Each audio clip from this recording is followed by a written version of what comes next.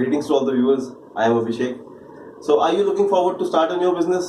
आप कोई नया बिजनेस अपॉर्चुनिटी सर्च कर रहे हैं, कोई स्टूडेंट है, आप कॉलेज पास आउट कर चुके हैं, आप कोई ऐसा जॉब अपॉर्चुनिटी सर्च कर रहे हैं जिसमें कि आपका टाइम का कोई बाउंडेशन ना हो, सो आई थिंक ये वीडियो सिर्फ आपके लिए है।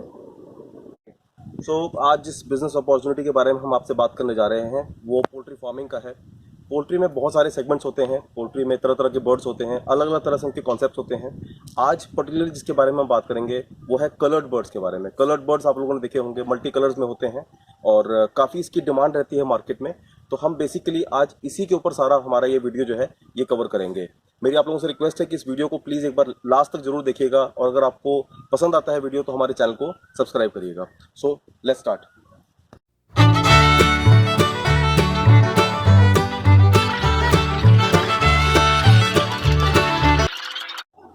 अभी हम एक शेड के अंदर आ गए हैं, जैसा आप हमें देख रहे हैं। अंदर आने से पहले प्रॉपर हमारा सैनिटाइजेशन हुआ है और हमारे हैंड्स क्लीन कराए गए थे, हमारे जो फीट हैं उसको सैनिटाइज किया गया है और यहाँ पे एक स्टाफ मेंबर हैं, ये हमारे को अंदर लेके आए हैं। अब आप देख सकते हैं यहाँ पे ये बहुत सारे बर्ड्स हैं, कलर्ड बर्ड्स हैं बेसिकली। तो इनका जो बॉडी वेट है ये अभी 2 kg प्लस का बॉडी वेट है। इनको 55 डेज हो गए हैं यहाँ पे। सो इसको बेसिकली फास्ट ग्रोथ हम लोग कलर्ड बर्ड्स बोलते हैं। कैसे शुरू करना है, आपको चिक्स कहाँ से लेना है, आपको फीड कहाँ से परचेज करना है, आपको इसकी बेसिक रिक्वायरमेंट्स क्या होंगी, स्टेप बाय स्टेप हम समझने का प्रयास करेंगे। आप इस वीडियो को लास्ट तक देखिएगा। हम आपको पूरा गाइड करने का प्रयास करेंगे कि इसमें आपको एग्जैक्टली करना कैसे है, उसका अर्निंग प्रोसेस क्या होता है, कितना को आप अर्न कर सकते हैं एक 1000 बर्ड से या 2000 बर्ड से। So we will try to cover the entire thing. Alright, so poultry farming शुरू करने के लिए आपको जो सबसे पहली जो चीज़ रिक्वायर्ड है वो है स्पेस। आपको एक पोल्ट्री शेड चाहिए और जहाँ पे आपका अपना जो आप बर्ड है उसको पालेंगे। नाउ समझने का प्रयास करते हैं कि पोल्ट्री शेड का सबसे फर्स्ट ऑफ ऑल डायमेंशन क्या होता है, कितने बर्ड्स के लिए कितने स्क्वायर फीट की आपको ज़रूरत होती है, उसके direction and all these things. तो सबसे पहले मैं आपके डायरेक्शन की बात करता हूँ। पोल्ट्री शेड का जो कंस्ट्रक्शन होता है उसका जो डायरेक्शन होता है वो हमेशा ईस्ट टू वेस्ट होता है। ईस्ट टू वेस्ट का एक रीज़न ये है कि जो सूरज की जो रोशनी है वो आपके शेड में हर समय आनी चाहिए, यानी जो साउथ की तरफ जो बड़ी जो विंडो होती है वहाँ से आपका सनलाइट हमेशा अंदर आना चाहिए। इसलिए जो उसका डायरेक्शन है सबसे फर्स्ट ऑफ ऑल वो होता है ईस्ट टू वेस्ट। जो सेकंड जो रिक्वायरमेंट है वो ये है कि आपका जो शेड है वो एयरी होना चाहिए, यानी उसमें हवा की जो क्रॉसिंग है वो बहुत अच्छी होनी चाहिए। लाइट और एयर दोनों का आपका जो एक संतुलन है वो बराबर होना चाहिए आपके पोल्ट्री शेड्स में। ऐसा ना हो कि एक कॉर्नर पे ज़्यादा लाइट आ रही है, एक तरफ अंधेरा ज़्यादा हो गया है, या आपके जो विंडोज़ हैं उसका साइज़ ऐसा बना दिया है आपने जिसकी वजह से एयर क्रॉस नहीं हो रहा है। तो इन सब थोड़ी बहुत चीज़ों का ध्यान रखना ज़रूरी होता है। ये कुछ पिक्चर्स मैंने शेयर करी हैं, मैं चाहता हूँ कि इसको एक बार आप देखने का प्रयास करें। उसके बाद हम आगे डिटेल में समझेंगे कि आपके पोल्ट्री शेड का जो है रिक्वायरमेंट्स जो है वो किस तरह से होते हैं। ये नॉर्मल कंस्ट्रक्शन वाले शेड हैं जिसमें बहुत ज़्यादा कॉस्ट नहीं लगा है।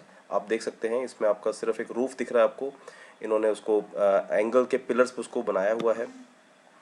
ये एक आप शेड देख सकते हैं, ये बहुत एक पुराने डिज़ाइन का शेड है लेकिन बहुत इफेक्टिव होता है। ये जो आप रूफ़ के ऊपर ये इस तरह का, इसको खपड़ैल बोलते हैं बेसिकली हम लोग हिंदी में। ये पहले चला करता था, अब तो खैर नहीं इसका यूज़ हो रहा है। तो खैर काफ़ी मॉडर्न टेक्निक्स आ गई हैं, लेकिन ज़्यादा उसमें आपको ये आप देख सकते हैं ये एक केज का फार्म है, तो ये काफ़ी थोड़ा सा एडवांस्ड पोल्ट्री फार्मिंग कह सकते हैं इसको। लेकिन अगर मैं बेसिक बात करता हूँ तो जो आपकी जो पोल्ट्री की जो रिक्वायरमेंट होती है, अगर आप नया शुरू कर रहे हैं तो उसमें सिंपल आपको एक शेड चाहिए जिसका जो कंस्ट्रक्शन है वो वॉल का कंस्ट्रक्शन मैक्सिमम आपका 2 से 3 फुट होता है। उसके ऊपर जो है वो सारा जाली लग जाता है। रूफ़ के लिए जो हम लोग का जो सजेशन रहता है वो ये है कि आप उसके ऊपर सीमेंट का शीट यूज़ करें, यानी जिसको हम लोग एस्बेस्टस शीट बोलते हैं।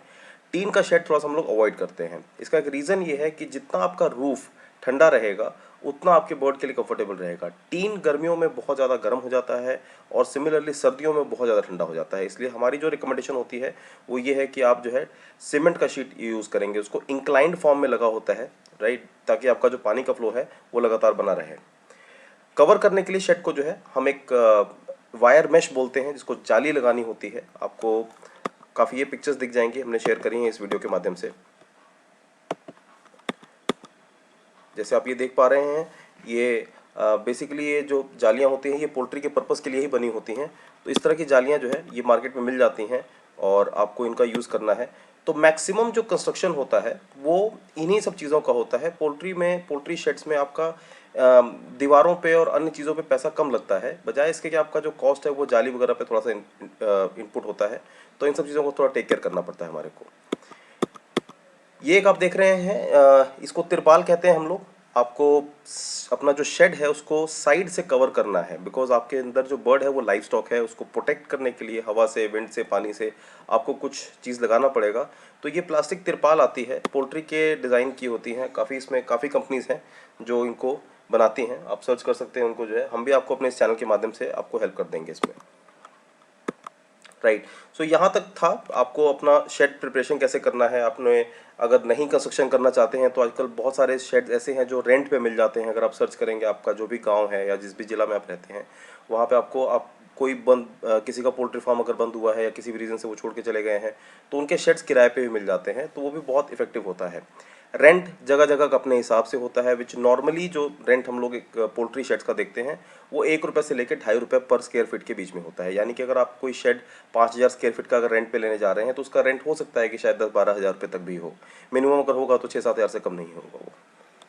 तो ये डिपेंड करता है कि वो आपको लैंडलॉर्ड किस उस पे देते हैं। हमारी सजेशन ये है कि एक बार अगर आप शुरू कर रहे हैं तो आप रेंटल अकोमोडेशन से भी शुरू कर सकते हैं। अगर आपका अपना कोई स्पेस इस तरह का है तो आप उसको कंस्ट्रक्शन के लिए जा सकते हैं, क्योंकि कंस्ट्रक्शन इसका बहुत महंगा नहीं है। अब बात करते हैं कि आपकी रिक्वायरमेंट्स क्या होंगी। मान लीजिए आपके पास शेड रेडी था या आपने कंस्ट्रक्शन कर लिया है, तो आपकी कुछ रिक्वायरमेंट्स होंगी जो आपको इक्विपमेंट्स जो कि आपको अरेंज करने पड़ेंगे।